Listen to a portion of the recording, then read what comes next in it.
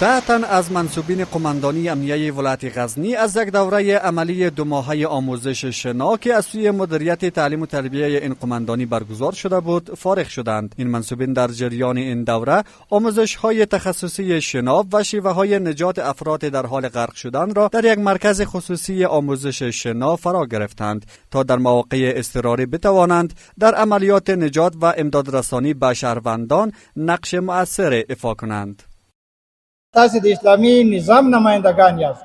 تاسو په اسلامي نظام کې د نجات فرشته یاست. د تاسو څخه هم دا غوښتنه ده کومه ولتیا چې مو کړې ده، کوم خدمت مو کړی ده، کومه ستړیا مو کړې ده، دا به نه هېروئ، دا به تل تعقیبوئ.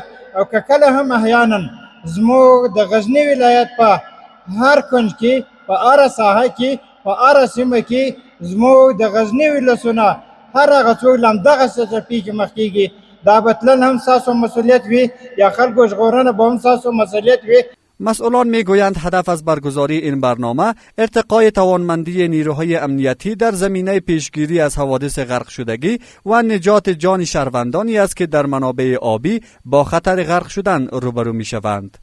دلته د 2 میاشتې کورس وازمویل او ترڅو چې هیوادوالو لپاره خدمات وړاندې کړي لکه څرنګه چې په اواخرو کې زموږ بعضې هیوادوال په اوبو کې ډوبېدو او د هغوی رایستل هغو ته نجات ورکول زموږ یو وجیبه ده. نو د هغه په خاطر موږ دغه 2 میاشتنی کورس راه اندازي کړه چې زموږ سرتېري مجاهدین ښه مسلکي سي د لامبو وهنې صورت که موږ هیوادوالو ته نجات ورکړو. هدف ما از این کار که بخواستیم آموزش آبازی را به امارات اسلامی به مجاهدین خود یاد بدیم این بود که در امی گذشته بسیار از جوانای ما در این بندای ما غرق شدند. به خاطر از امی خواستیم که یک پروگرام را بندازیم که امی مردم آبازی را یاد بگیرند و سبب نجات یک انسان شوند.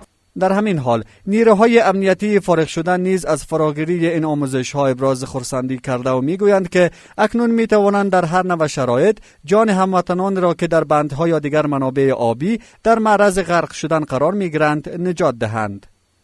دلته تقریبا 2 میاشتې زده کړې وکړې د غرق نجات په باره کې زده کړې وکړې.